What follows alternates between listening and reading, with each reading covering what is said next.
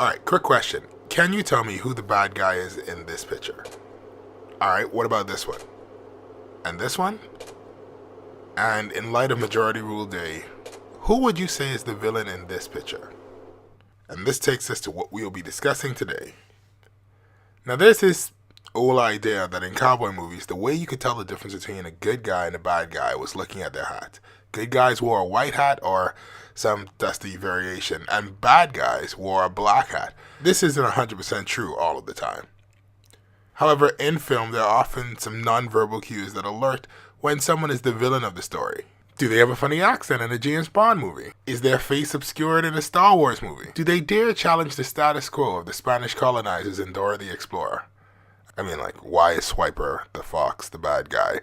Just because he takes what he wants? I mean, Dora is discovering things all the time. No one says anything.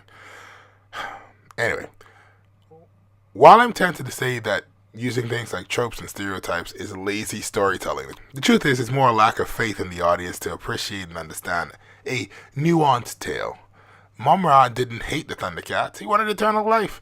So he had a fear of death. But I mean, who wants to explain existential crisis to their 8-year-old kid on Saturday morning? He looks weird and different and it makes you uncomfortable. It's an easier thing to explain. But stories should be more nuanced than that. I mean, sometimes you find out the guy in the black hat is actually good, or the guy in the white hat is bad, or that there are no fully good or bad people, just flawed characters all around. And in that regard, life.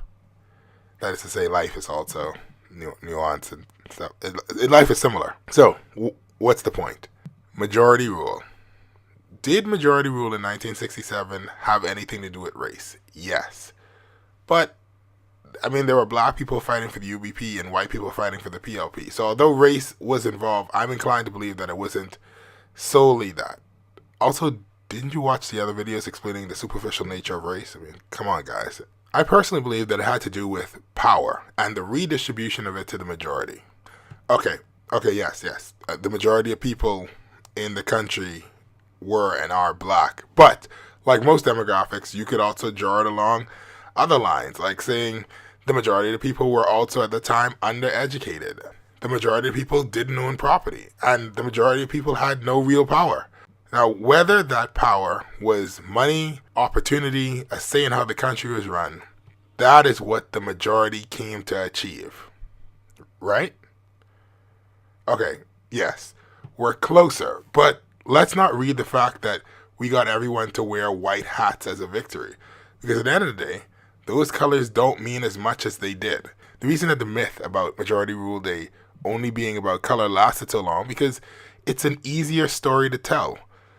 The Haitians are taking all of the jobs, the gays are raping our kids, the people in the ghetto are always thieving. Generally speaking, it's easier to point at someone that's different and other and be like, that person, the one that's different from us, is the problem. Focus on eliminating them. But more often than not, we find that problems will still exist even if all of those people are gone or hidden away. Anyway, I'm not asking to forget history or revise or forget all the parts about race. What I am asking for is that we remember it fully. And that majority rule was not all black and white. Because sometimes the bad guy is wearing the same color hat as you. Why?